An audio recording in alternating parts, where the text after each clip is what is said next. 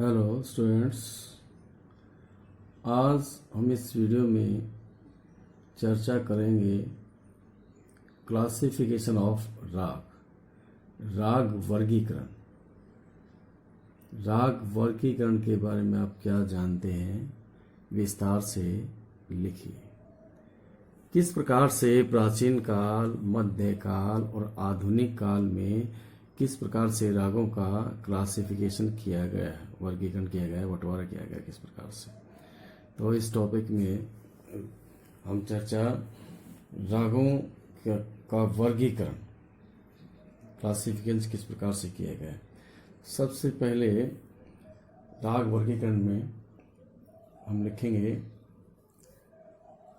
राग वर्गीकरण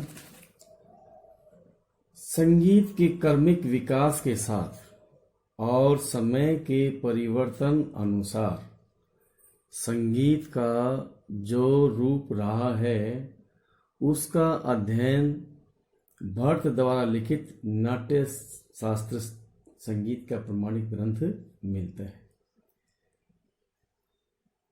classification of राग जो है भट्ट द्वारा लिखित नाट्य शास्त्र में किया गया है, एक प्रमाणिक ग्रंथ है, एविडेंस इसमें दिए गए हैं। वैसे तो यह ग्रंथ नाट्य पर आधारित है, परंतु नाट्य से संबंधित संगीत का पूरा विवरण इस ग्रंथ से हमें प्राप्त होता है। भारत के प्राचीन संगीतज्ञ विद्वानों के कुछ प्राचीन ग्रंथों में रागों का वर्गीकरण वंश परंपरा से जोड़ा गया है। किस प्रकार से? राग रागनी, पुत्र राग, पुत्रवध्वे आदि से किया गया है। जैसे जैसे समय में परिवर्तन हुआ और विभिन्न प्रकार के राग वर्गीकरण बने, उन राग वर्गीकरणों का वर्णन निम्न प्रकार से है। प्राचीन काल, मध्यकाल और आधुनिक काल में किस प्रकार से रागों का वर्गीकरण किया गया। प्राचीन काल,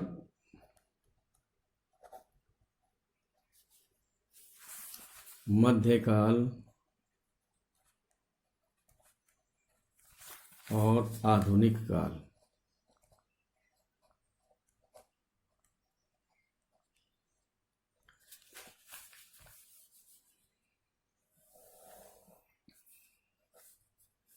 प्राचीन काल में कौन कौन से पॉइंट्स हैं, मध्यकाल में कौन कौन से हैं और आधुनिक काल में किस प्रकार से कौन कौन से पॉइंट्स हैं। प्राचीन काल में है जाति राग वर्गीकरण। सबसे पहला पॉइंट है जाति राग वर्गीकरण।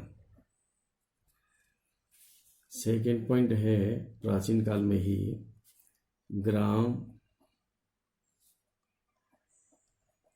राग वर्गीकरण। थर्ड पॉइंट है संगीत रत्नाकर का 10 विधि राग वर्गीकरण। और नेक्स्ट है शुद्ध राग, छायालग राग, शुद्ध राग, छायालग राग और संकीर्ण राग।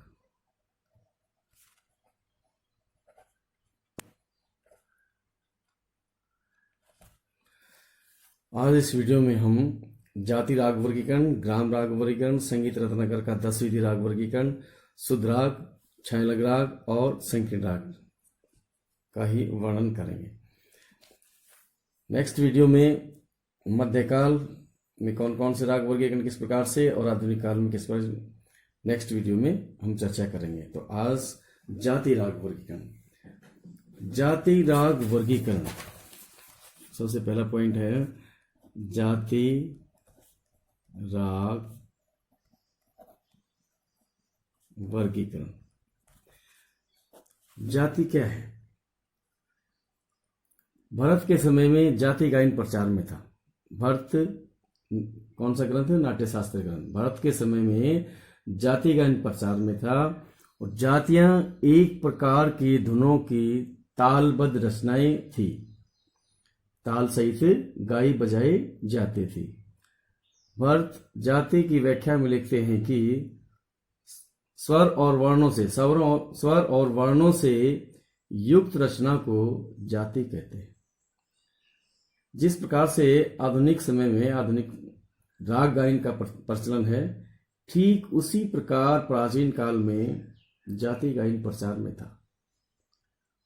जाति गायन प्रचार में था और जातियां एक प्रकार की धुनों की तालबद्ध रचनाएं, अभी आपको बताया कि जातियां एक तालबद्ध रचनाएं थी। आधुनिक काल में जिस प्रकार से राग गायन प्रचार में है, ठीक वैसे ही प्राचीन काल में जाति गायन प्रचार में था। जाति की जो डेफिनेशन है, राग की भी वही डेफिनेशन है। प्राचीन काल में भरत मुनि ने अपने ग्रंथ में 3 ग्राम माने। सबसे पहले जाति राग वर्गीकरण में हम बताएंगे कि भरत द्वारा लिखित ये नाट्य शास्त्र ग्रंथ में जाति की व्याख्या किस प्रकार से की गई है। कि जाति की व्याख्या, जाति पहला पॉइंट लिखेंगे, जाति की व्याख्या किस प्रकार से की गई कि जाति एक प्रकार की तालबद्ध रचनाएं थी और जाति को डिफाइन करेंगे कि स्वर और वर्णों से युक्त रचना को हम जाति कहते हैं। फर्स्ट पॉइंट ये लिखेंगे हम जाति राग वर्गीकरण में। सेकंड, इसमें कितनी ग्राम माने गए हैं? षडज ग्राम,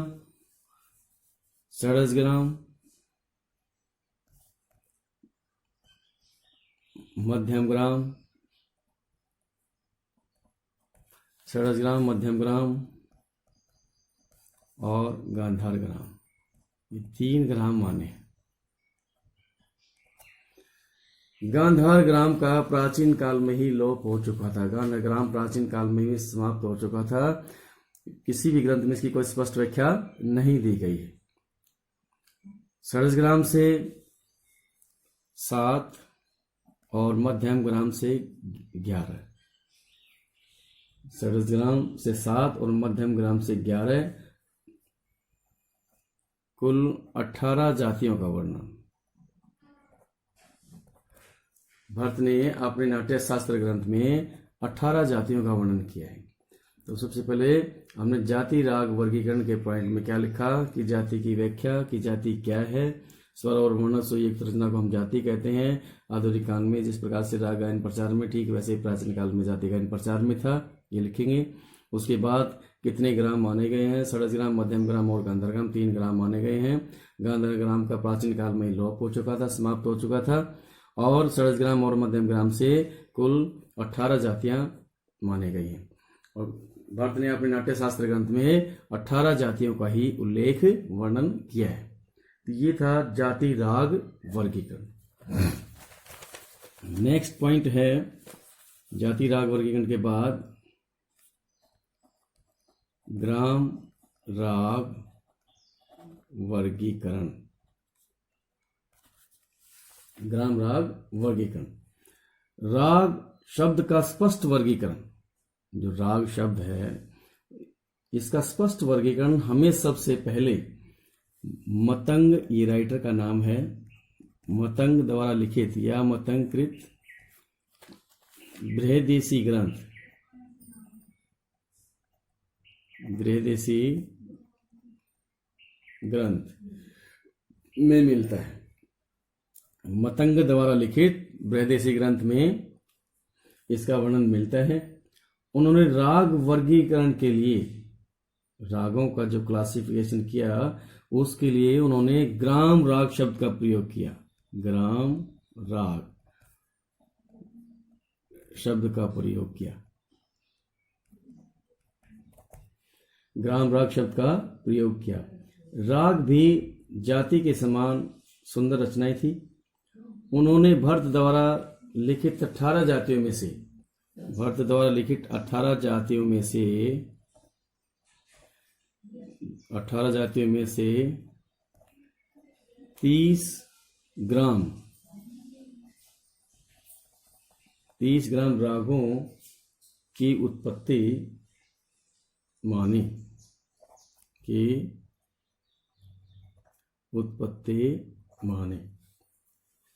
और उन्हें 5 गीतियों में विभाजित किया। और उन्हें 5 गीतियां कौन कौन सी हैं? गीति गान शैली के प्रकार 5 गीतियों में विभाजित किया। शुद्ध, भिन्न, गौड़ी,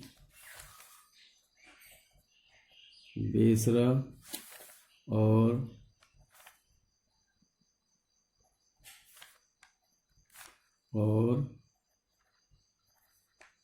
साधारणी। इन 5 गीतियों में विभाजित किया। शुद्ध, भिन्न, गौड़ी, बेसरा और साधारणी, इन 5 गीतियों में विभाजित किया है। इसके अतिरिक्त इन्होंने भाषा रागों का भी उल्लेख किया है। भाषा रागों का भी उल्लेख किया है। किस प्रकार से? इन्हें भाषा और विभाषा नामक दो गीतियों के अंतर्गत रखा गया। गायन शैली के जो प्रकार हैं 2 गीतियों के अंतर्गत रखा है। ये था ग्राम राग वर्गीकरण। ग्राम राग वर्गीकरण में सबसे पहले राग शब्द की स्पष्ट व्याख्या। ग्राम राग वर्गीकरण में राग शब्द की स्पष्ट व्याख्या। दूसरा, कौन से ग्रंथ में? मतंग द्वारा लिखित बृहदेशी ग्रंथ में इसका वर्णन। 18 जातियों में से कितना ग्राम माने? 30 ग्राम माने। कितनी गीतियां मानी? 5 गीतियां मानी। 5 गीतियों में विभाजित किया। गायन शैली के जो प्रकार 5 गीतियों में विभाजित किया इस प्रकार से। और इसके अतिरिक्त इन्होंने भाषा रागों का भी उल्लेख किया है और इन्हें भाषा और विभाषा नामक 2 गीतियों के अंतर्गत रखा है। ये है सेकंड पॉइंट, ग्राम राग वर्गीकरण। नेक्स्ट है संगीत रत्नाकर का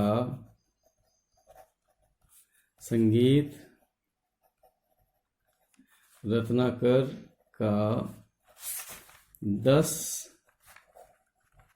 विधि राग वर्गीकरण। कि संगीत रत्नाकर का 10 विधि राग वर्गीकरण इस प्रकार से पंडित शारंग देव ने राग वर्गीकरण के लिए जो रागों का क्लासिफिकेशन किया, पंडित शारंग देव संगीत रत्नाकर ग्रंथ के राइटर हैं। पंडित शारंग देव जी ने राग वर्गीकरण के लिए एक और तो ग्राम मूर्छना व्यवस्था को लिया, ग्राम मूर्छना व्यवस्था को अपनाया, और दूसरी ओर मध्य युग की राग रागिनी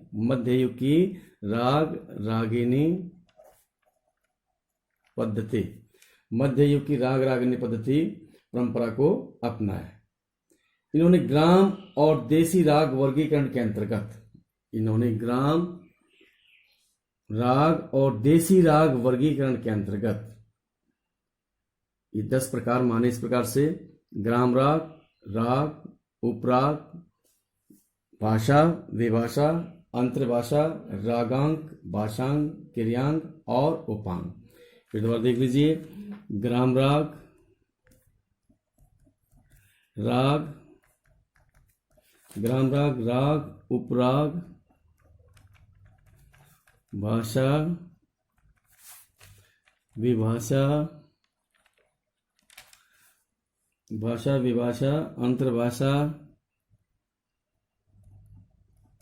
अंतर्भाषा, रागांक,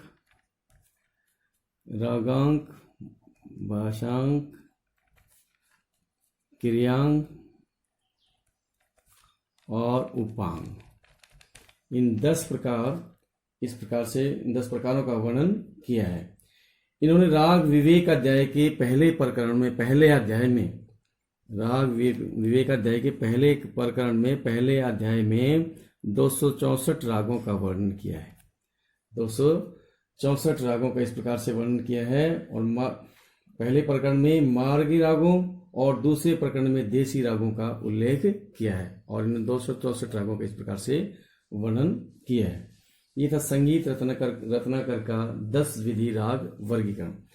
अब 10 विधि राग वर्गीकरण। तो आज का टॉपिक हमारा यही रहेगा। सेकंड उसमें हम डिस्कस करेंगे कि शुद्ध राग, छायांलक राग और मेल राग, राग रागनी, रागांक पद्धति और ठाट राग वर्गीकरण। धन्यवाद।